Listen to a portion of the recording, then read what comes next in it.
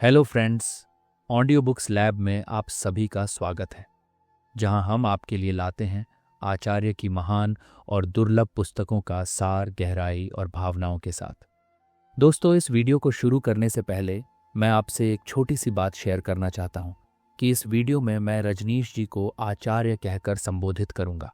ऐसा इसलिए क्योंकि अगर मैं उनके पूरे नाम को बार बार दोहराऊंगा तो उससे कॉपीराइट से जुड़ी कुछ अनावश्यक परेशानियां खड़ी हो सकती हैं। लेकिन आप निश्चिंत रहिए, इस वीडियो में जो भी बातें मैं आपके साथ साझा करूंगा वह पूरी तरह सच्ची और वास्तविक होंगी। मैं आपको वही बातें बताऊंगा जो मैंने स्वयं अपने अनुभव से समझी और महसूस की हैं। मेरा उद्देश्य केवल आपको सही और ईमानदार जानकारी देना है, ताकि आपको किसी भी तरह की भ्रम की स्थिति न रहे। उम्मीद है आप मेरी इस बात को समझेंगे और अपना सहयोग बनाए रखेंगे। दोस्तों, आज हम बात करने वाले हैं आचार्य की एक विलक्षण कृति अष्टावक्र महागीता भाग 1 मुक्ति की आकांक्षा के बारे में। दोस्तों, ये केवल एक पुस्तक नहीं बल्कि आत्मा की गहराई तक उतरने वाली यात्रा है। इसमें है संवाद, एक ओर सम्राट जनक जो संसार के वैभव के बीच भी सत्य और मुक्ति की प्यास से व्याकुल है, और दूसरी ओर अष्टावक्र जिनकी वाणी शुद्धतम सत्य की ध्वनि है। इस पुस्तक में आचार्य ने अष्टावक्र और जनक के संवादों को अपने अनोखे अंदाज में खोला है। आचार्य की आवाज में यह गीता एक जीवंत अनुभव बन जाती है, जहां शब्द केवल शब्द नहीं रहते बल्कि ध्यान और मौन की ओर ले जाने वाले द्वार बन जाते हैं। इस ऑडियो बुक में आप क्या जानेंगे? दोस्तों, इस ऑडियो बुक को सुनकर आप जानेंगे कि मुक्ति की आकांक्षा का असली अर्थ क्या है, सत्य की खोज कैसे की जाए, समाधि और विश्राम का रहस्य, साक्षी भाव, श्रद्धा और जागरण की महिमा, और अंततः आत्मा के आत्मा को ही प्रणाम करने का दिव्य अनुभव। तो आइए चलते हैं अष्टावक्र और जनक के साथ इस अमूल्य यात्रा पर और आचार्य की दृष्टि से देखते हैं मुक्ति का सच्चा मार्ग। चैप्टर 1, सत्य का शुद्धतम वक्तव्य। दोस्तों, जनक शाही महल की गहन चुप्पियों में बैठे थे। उनके मन में अनेक प्रश्न, अनेक उलझनें थीं। भव्य सिंहासन, सोने चांदी की सजावट, चारों ओर सुख शांति के प्रतीक, परंतु उनके मन में एक खालीपन, एक तीव्र पीड़ा थी जिसे कोई भौतिक सुख भर नहीं पा रहा था।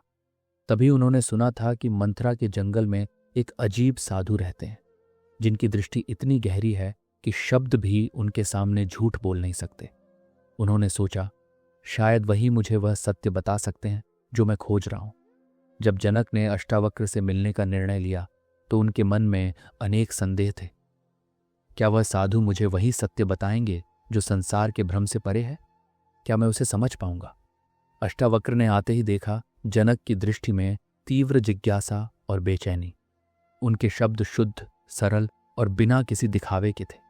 अष्टावक्र ने कहा, तुम सत्य की खोज में आए हो, पर तुम्हारा मन, तुम्हारी समझ, तुम्हारा आत्मसंकल्प ही तुम्हारा पहला गुरु है।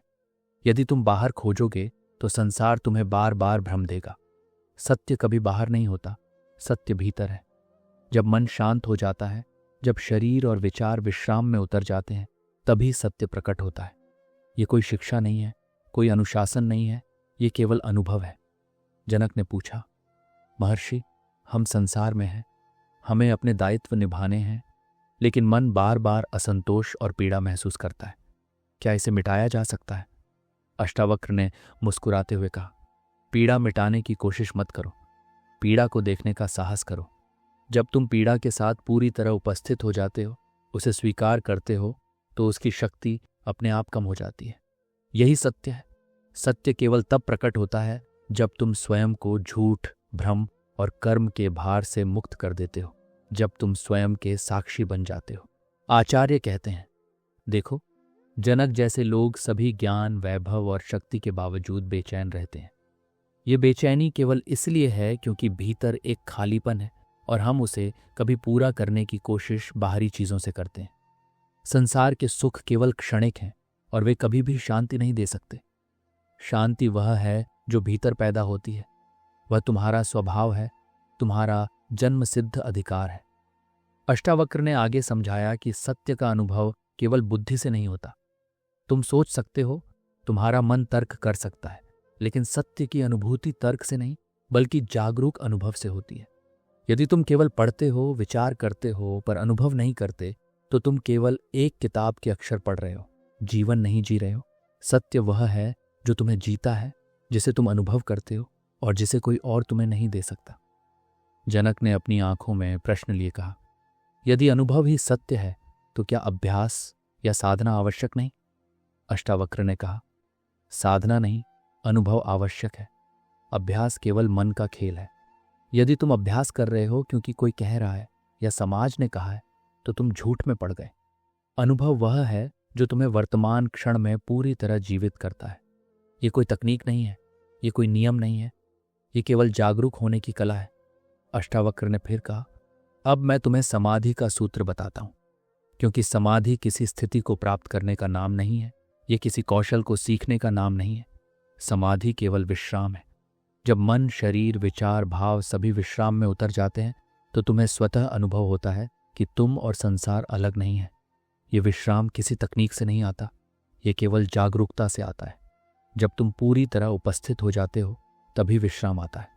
जनक ने सोचा, कैसे संभव है कि इतने कर्तव्य, इतने निर्णय, इतने प्रश्न होने के बावजूद मैं विश्राम पा सकूं? अष्टावक्र ने देखा जनक का प्रश्न और सरलता से कहा, यदि तुम विश्राम की खोज कर रहे हो तो तुम उसे पा नहीं सकते। विश्राम वह है जो जबरदस्ती नहीं मिलता। तुम जितना उसे खोजोगे वह उतना दूर जाएगा। विश्राम वही है जो होता है जब तुम चाहना छोड़ देते हो। जब तुम छोड़ देते हो कि तुम्हें कुछ पाना है या कुछ बनना है, तब विश्राम स्वतः आता है। ये तुम्हारे भीतर जन्मा हुआ है, ये तुम्हारा प्राकृतिक स्वभाव है। आचार्य कहते हैं, हमेशा याद रखो, समाधि किसी विशेष मुद्रा या ध्यान से नहीं आती। समाधि वह है जब तुम स्वयं को पूर्णतः छोड़ देते हो और अस्तित्व के साथ मिल जाते हो। ये कोई तकनीक नहीं, कोई नियम नहीं, ये केवल जीवन का अनुभव है। जीवन को रोकने की कोशिश मत करो, उसे पकड़ने की कोशिश मत करो, बस उसे देखो, उसे जियो, और तब तुम्हें वह शांति मिलेगी जो शाब्दिक शब्दों से परे है। अष्टावक्र ने जनक को समझाया कि जीवन में जितनी भी चिंताएं हैं, वे केवल इसलिए उत्पन्न होती हैं क्योंकि हम स्वयं से कट गए हैं। हम अपने अंदर गहराई से नहीं देख रहे हैं। जब तुम भीतर की गहराई में उतरते हो, अपनी चेतना के साक्षी बनते हो, तब सारे प्रश्न अपने आप हल हो जाते हैं। सत्य की अनुभूति अपने आप होती है और ये कोई बाहर की चीज नहीं है। जनक ने धीरे धीरे समझा कि सत्य और समाधि कोई लक्ष्य नहीं है, कोई पुरस्कार नहीं है। वे केवल अवस्था है, एक जागरूक, विश्रामपूर्ण अवस्था। अष्टावक्र की वाणी में ऐसा जादू था कि सुनते ही मन शांत हो गया। हर शब्द में जीवन का अनुभव था, हर वाक्य में एक नई चेतना का प्रकाश था। आचार्य कहते हैं, देखो, ये पूरी प्रक्रिया सहज है। तुम नहीं सीख रहे हो, तुम अनुभव कर रहे हो। तुम किसी को खुश करने की कोशिश नहीं कर रहे, तुम स्वयं के साथ हो। यही मुक्ति है, यही समाधि है, यही सत्य है। जितना अधिक तुम इसे पकड़ने की कोशिश करोगे, उतना ही यह दूर होगा। इसलिए छोड़ दो, बस अनुभव करो और तुम्हें स्वाभाविक रूप से विश्राम मिलेगा। अष्टावक्र ने अंत में कहा, तुम्हारे प्रश्न महत्वपूर्ण हैं जनक, पर प्रश्न ही तुम्हें सत्य तक नहीं ले जाएंगे। प्रश्न का उत्तर तब मिलता है जब तुम भीतर की शांति में उतरते हो। तभी मन का शोर शांत होता है, तभी विचार और भाव शांत होते हैं, तभी तुम साक्षी बन जाते हो। और यही वह अनुभव है जो तुम्हें मुक्त करता है। जनक ने महसूस किया कि अब उनके भीतर एक नया सन्नाटा है। भय और बेचैनी की जगह एक गहन शांति है। उन्होंने जाना कि मुक्ति, सत्य और समाधि कोई दूर का लक्ष्य नहीं, बल्कि उनके भीतर का अनुभव है। उन्होंने समझा कि केवल उपस्थित होना, जागरूक होना और विश्राम में उतरना ही वास्तविक साधना है। आचार्य कहते हैं, यह पहला भाग तुम्हारे लिए सिर्फ शब्द नहीं है, यह तुम्हारे भीतर जागने का आह्वान है। जब तुम इसे सुनते हो, ध्यान देते हो, तब तुम्हारे भीतर भी वही विश्राम उत्पन्न होता है, वही शांति आती है। जीवन का सारा रहस्य यही है, जागो, देखो और विश्राम में उतर जाओ, बाकी सब अपने आप हो जाएगा। दोस्तों, इस तरह पहला चैप्टर खत्म होता है, जिसमें हमने देखा कि कैसे सत्य का शुद्धतम वक्तव्य और समाधि का सूत्र केवल विश्राम और जागरूकता में है। चैप्टर 2, जैसी मति वैसी गति और साक्षी का रहस्य। दोस्तों, जनक अब महल के उद्यान में बैठे थे।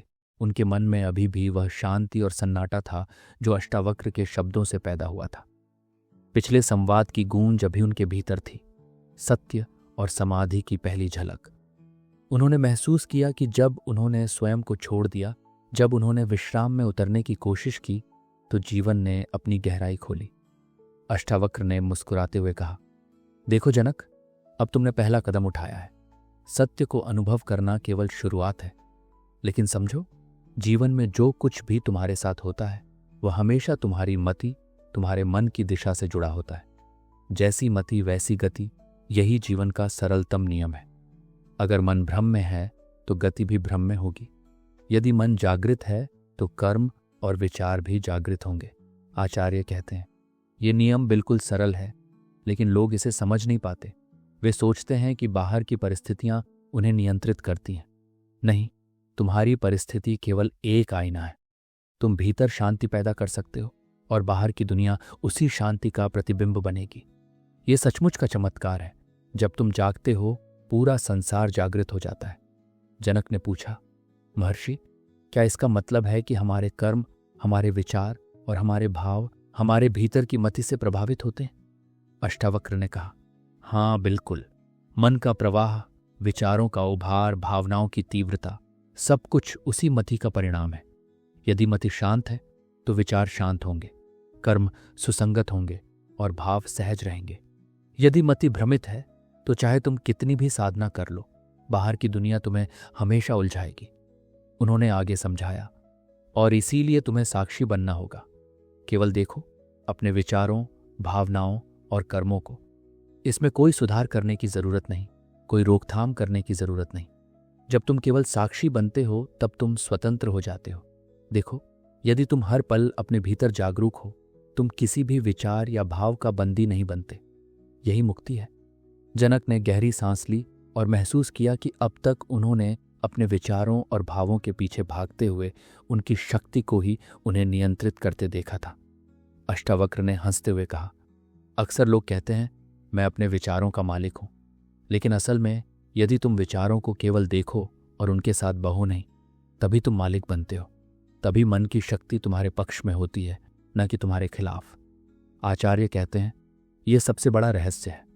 हम हमेशा बाहरी साधनों में शक्ति खोजते हैं, लेकिन असली शक्ति भीतर है, एक जागृत मन, एक साक्षी भाव। और याद रखो, यह अभ्यास या नियम से नहीं आता। ये केवल तब होता है जब तुम पूर्णतः उपस्थित होते हो, जब तुम अनुभव करते हो और हर पल के साथ सहज रह पाते हो। अष्टावक्र ने आगे कहा, कर्म, विचार और भाव, ये तीनों तुम्हारे जीवन की धारा है। यदि इनमें कोई अशांति है तो जीवन उलझ जाता है। यदि तुम केवल साक्षी बन जाते हो तो ये सभी तत्व अपने आप संतुलित हो जाते हैं। ये कोई जादू नहीं, कोई तकनीक नहीं, ये केवल जागरूकता और अनुभव का परिणाम है। तुम जितना अधिक नियंत्रित होने की कोशिश करोगे, उतना ही अधिक अशांति पैदा होगी। इसलिए छोड़ दो, बस देखो और अनुभव करो।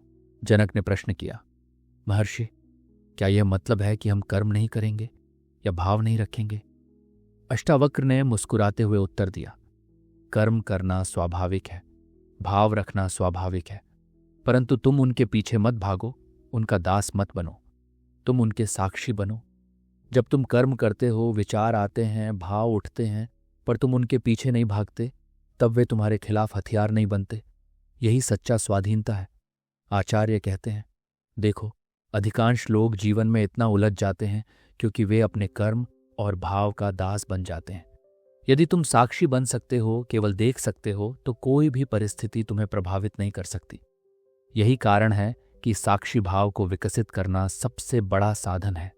साधना नहीं, साधना केवल भ्रम है, अनुभव है, साक्षी भाव है।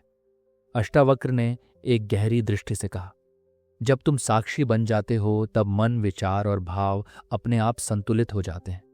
उन्हें नियंत्रित करने की जरूरत नहीं होती, तुम्हें केवल देखना होता है। यह देखने की शक्ति ही तुम्हें मुक्त करती है। यही मार्ग है मुक्ति का, यही मार्ग है शांति का, और यही मार्ग है जीवन का वास्तविक अनुभव। जनक ने महसूस किया कि अब उनके भीतर एक नई जागरूकता है। अब उन्होंने समझा कि जीवन के सारे उलझन और पीड़ा केवल उनके अपने मन के प्रतिबिंब हैं। जब मन शांत होगा, साक्षी भाव जागृत होगा, तो जीवन अपने आप सहज और मुक्त हो जाएगा। आचार्य कहते हैं, तुम देखो, ये कोई दूर की चीज नहीं है, ये यहाँ और अभी है। केवल उपस्थित रहो, केवल देखो और साक्षी बनो। यही तुम्हारा जन्म सिद्ध अधिकार है, यही जीवन का सत्य है। और जब तुम इसे समझ जाओगे तब तुम अनुभव करोगे कि हर क्षण में पूर्णता है, हर क्षण में शांति है और हर क्षण में तुम्हारा स्वयं का अस्तित्व है। दोस्तों, इस तरह दूसरा चैप्टर खत्म होता है, जिसमें हमने जाना कि जैसी मति वैसी गति, यानी मन की दिशा ही जीवन की दिशा निर्धारित करती है। कर्म, विचार और भाव केवल जब साक्षी भाव से देखे जाते हैं तभी वे स्वतंत्र और संतुलित रहते हैं। दोस्तों, हमारे हर वीडियो का उद्देश्य आपको नया दृष्टिकोण देना है। अगर आपको ये वीडियो अब तक उपयोगी लगी हो तो हमारे इस चैनल को सब्सक्राइब ज़रूर कीजिए और इस ज्ञान को और लोगों तक पहुंचाने में हमारी मदद कीजिए। चलिए अब अगले अध्याय पर चलते हैं। चैप्टर 3, श्रद्धा और जागरण का मार्ग। दोस्तों, जनक अब महल के उद्यान में अकेले बैठे थे। पिछले संवादों की गूंज उनके भीतर अभी भी जीवित थी। उन्होंने महसूस किया कि सत्य, समाधि और साक्षी भाव ने उनके मन को एक नई दिशा दी थी। अब वे देख सकते थे कि उनके विचार, भाव और कर्म केवल उनके मन के प्रतिबिंब हैं। और जब उन्होंने अपने भीतर जागरूकता पैदा की तो जीवन धीरे धीरे सहज और मुक्त हो गया। अष्टावक्र ने उनका मन पढ़ते हुए कहा, जनक, अब जब तुमने अनुभव करना शुरू कर दिया है, तुम्हारा ध्यान अपने भीतर की शांति पर है, तो अगला कदम है निष्ठा और श्रद्धा। देखो, साधना केवल एक बाहरी अभ्यास नहीं है।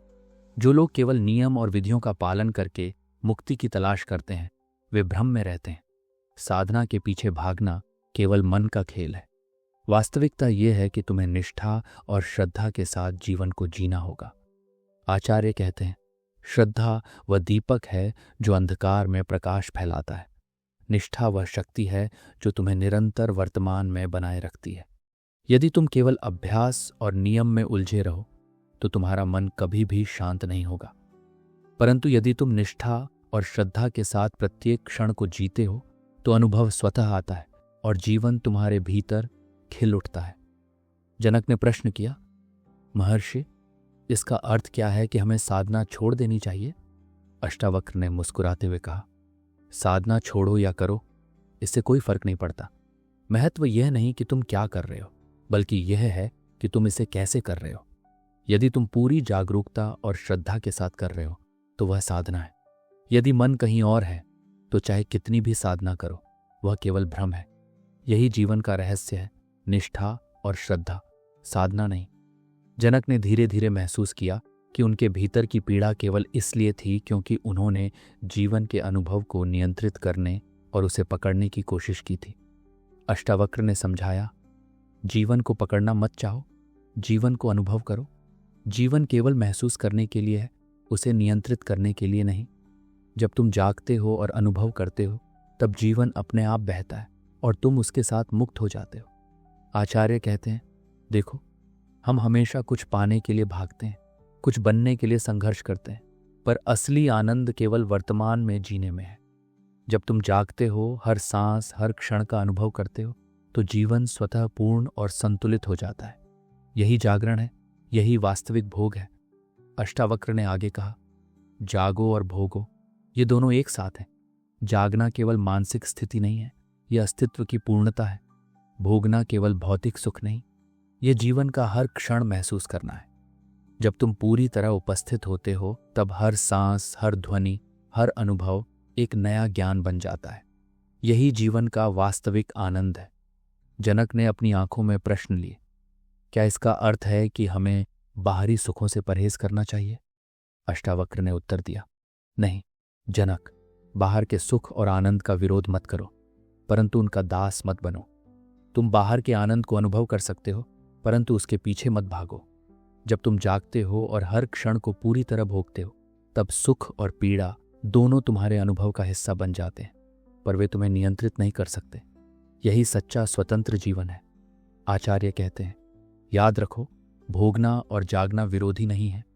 यदि तुम जागरूकता के साथ भोगते हो तो हर अनुभव तुम्हारे लिए शिक्षा बन जाता है। हर अनुभव तुम्हें जीवन के सत्य के करीब ले जाता है। ये कोई सिद्धांत नहीं, कोई नियम नहीं, ये केवल जीवन का अनुभव है। अष्टावक्र ने जनक को देखा और धीरे धीरे समझाया, देखो, जो लोग केवल साधना और नियमों में उलझते हैं वे अनुभव से कट जाते हैं। जो लोग केवल भौतिक सुख में उलझते हैं वे भी अनुभव से कट जाते हैं।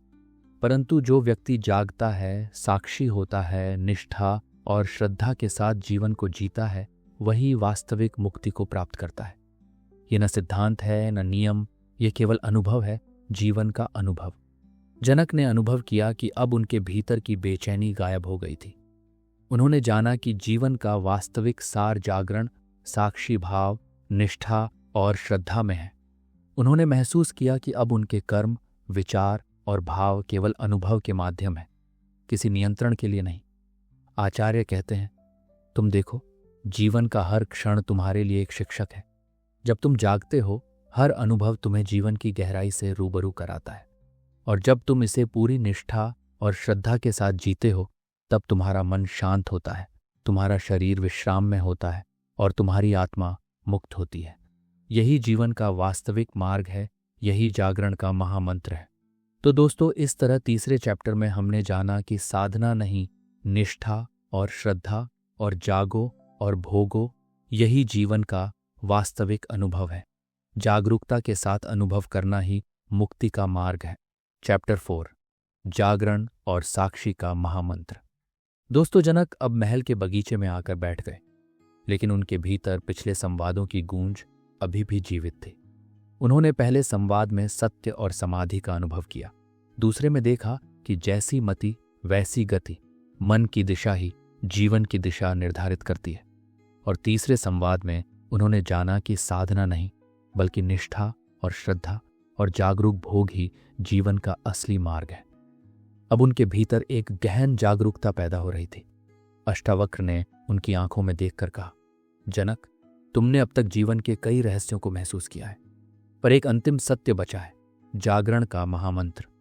देखो, यदि तुम जागृत नहीं हो तो सारी खोज व्यर्थ है। जागरण केवल नींद से उठने का नाम नहीं है।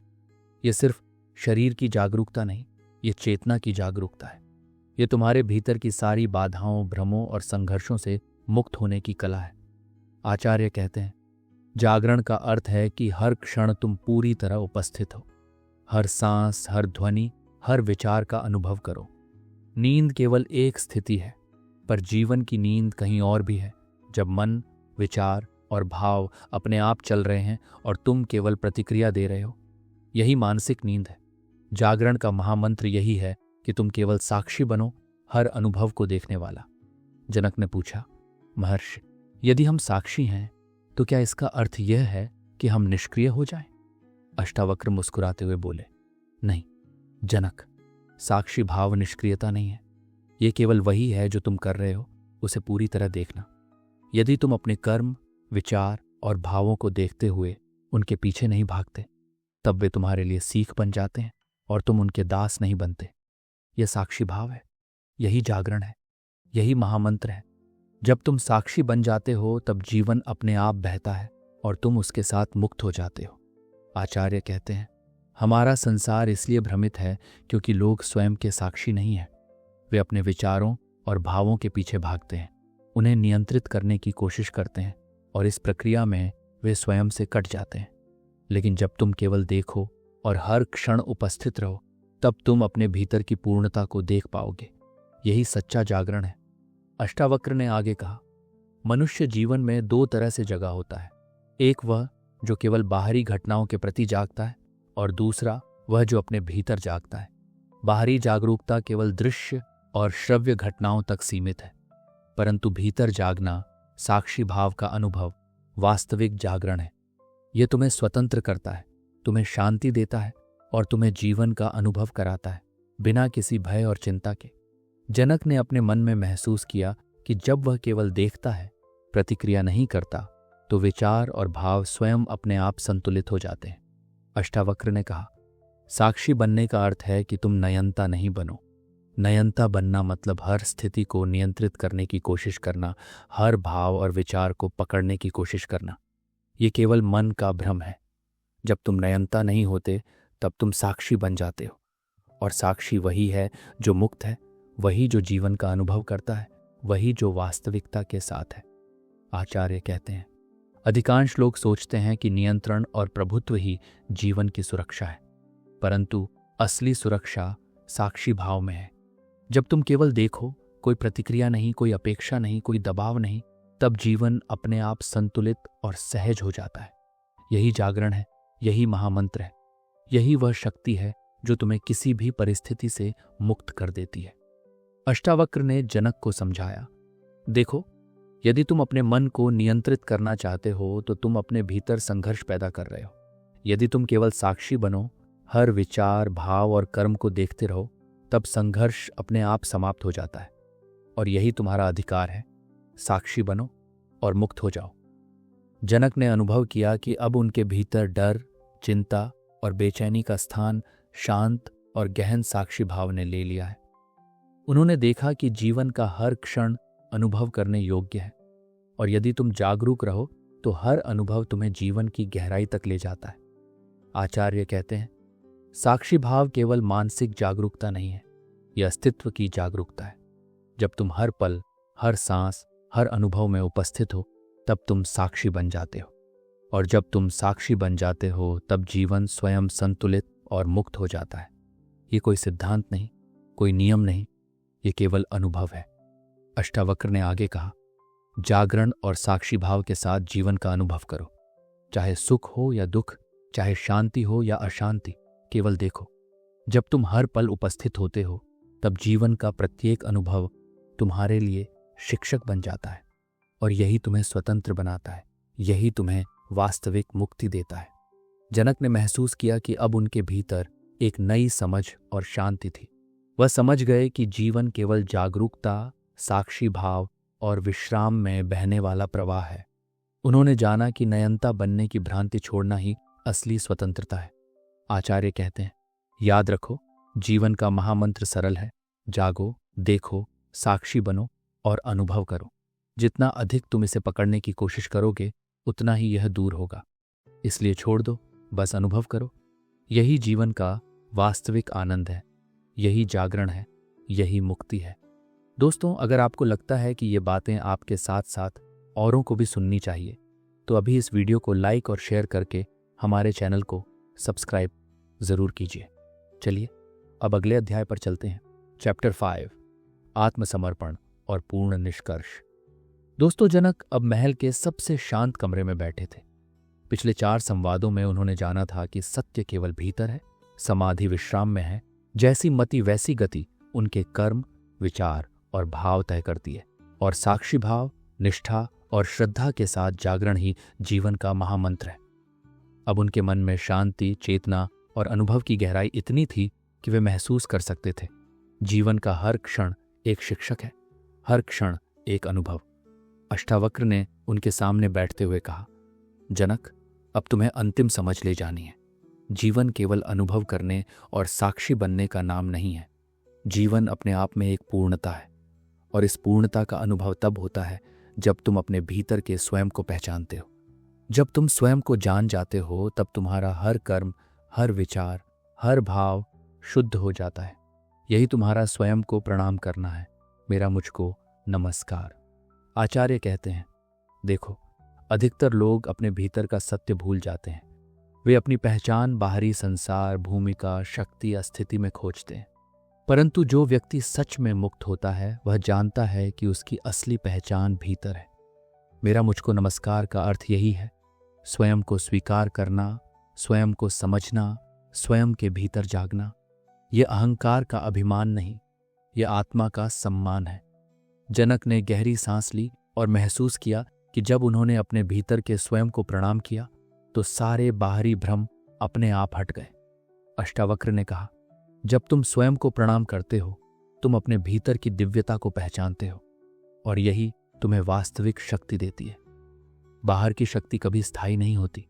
असली शक्ति भीतर है, जागरूकता में है, साक्षी भाव में है। आचार्य कहते हैं, यह समझो कि जीवन का अंतिम सत्य वही है, स्वयं के साथ पूर्णता, स्वयं के साथ शांति, स्वयं के साथ विश्राम।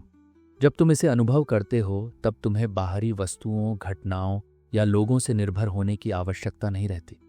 तुम्हारी पूरी दुनिया भीतर से प्रकट होती है।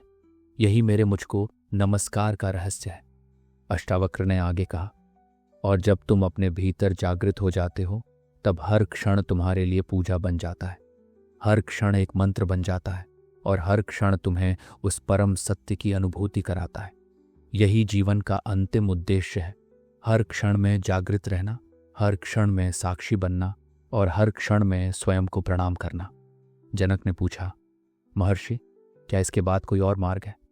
अष्टावक्र ने मुस्कुराते हुए उत्तर दिया, मार्ग? कोई अलग मार्ग नहीं है, यही वह मार्ग है और इसका अंतिम उद्घोष है हरि AUM तत्सत।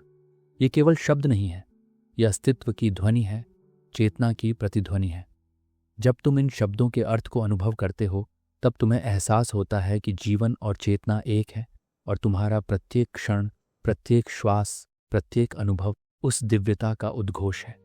आचार्य कहते हैं, यह अंतिम मंत्र है, हरि AUM तत्सत। ये कोई साधना नहीं, कोई अभ्यास नहीं, ये केवल अनुभव है। जब तुम जागते हो, साक्षी हो, स्वयं को प्रणाम करते हो, तब यह मंत्र अपने आप तुम्हारे भीतर गूंजता है।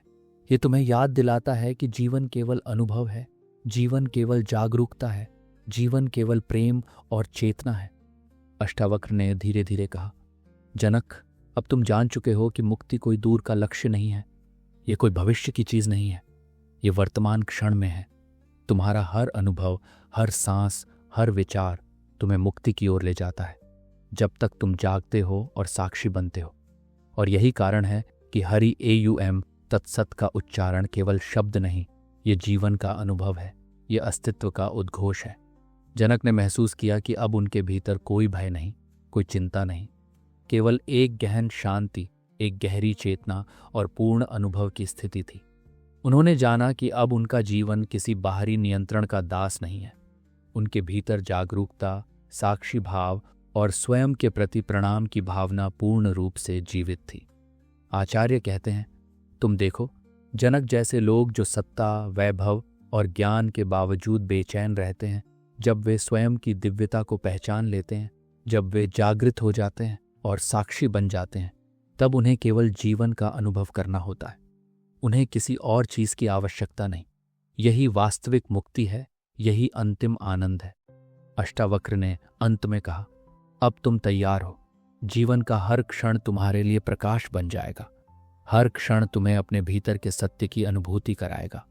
और जब तुम हरि AUM तत्सत के उद्घोष के साथ हर क्षण उपस्थित रहोगे, तब तुम अनुभव करोगे कि जीवन केवल स्वयं का प्रतिबिंब है, केवल चेतना का विस्तार है और केवल प्रेम और शांति का प्रवाह है। जनक ने गहरी सांस ली और उनके मन में एक अकल्पनीय शांति और आनंद की लहर दौड़ गई। उन्होंने जाना कि मुक्ति केवल भीतर की जागरूकता है, साक्षी भाव है, निष्ठा और श्रद्धा है और स्वयं को प्रणाम करना है। बाहरी संसार की कोई वस्तु, कोई सत्ता, कोई पुरस्कार इस शांति और आनंद के सामने कुछ भी नहीं है। आचार्य कहते हैं, यह पूरा भाग केवल तुम्हारे भीतर जागने का आह्वान है। इसे सुनो, अनुभव करो और अपने भीतर उतरो। जब तुम ऐसा करते हो तब तुम्हें जीवन का असली अनुभव, असली आनंद और असली मुक्ति मिलती है। यही अष्टावक्र महागीता का सार है, यही प्रत्येक क्षण का सच्चा उपदेश है। जागो, साक्षी बनो और स्वयं को प्रणाम करो। मेरा मुझको नमस्कार और हरि AUM तत्सत। इस तरह दोस्तों, चैप्टर 5 में हमने देखा कि जीवन का अंतिम सत्य, मेरा मुझको नमस्कार और हरि AUM तत्सत, केवल भीतर जागरूकता, साक्षी भाव और अनुभव में है। तो दोस्तों, ये थी आचार्य की बुक अष्टावक्र महागीता भाग 1 की फुल ऑडियो बुक समरी, जिसमें हमने देखा कि कैसे सम्राट जनक और महर्षि अष्टावक्र के संवादों के माध्यम से सत्य, समाधि, साक्षी भाव और जागरूकता की यात्रा संभव होती है। आचार्य कहते हैं कि यह केवल सुनने की चीज नहीं है, यह अनुभव करने की कला है। जब हम अपने भीतर जागते हैं, साक्षी बनते हैं और हर क्षण को पूरी तरह जीते हैं, तभी हम जीवन का वास्तविक आनंद, शांति और मुक्ति अनुभव कर सकते हैं। दोस्तों, ये यात्रा यहीं खत्म नहीं होती, ये तो केवल शुरुआत है आने वाले और भागों के लिए। तो दोस्तों, अगर आपको यह ऑडियो बुक पसंद आई हो तो इसे अपने मित्रों और परिवार के साथ ज़रूर शेयर करें, ताकि और लोग भी इस अनमोल संदेश से जुड़ सकें। और हाँ, हमारे चैनल को सब्सक्राइब करना न भूलें, क्योंकि यहाँ हम आपके लिए आचार्य की गहन और प्रेरणादायक पुस्तकों की समरीज आसान शब्दों में लेकर आते हैं। दोस्तों, वीडियो को लाइक और शेयर करें और कमेंट में ज़रूर बताएं कि आपको इस पुस्तक का कौन सा विचार सबसे ज़्यादा प्रेरणादायक लगा। हम आपके विचारों को पढ़कर बेहद खुश होंगे और आपके अनुभवों के आधार पर नए वीडियो बनाने की कोशिश करेंगे। तो दोस्तों, अगली बार हम आचार्य की एक और अद्भुत पुस्तक के साथ मिलेंगे। तब तक के लिए धन्यवाद।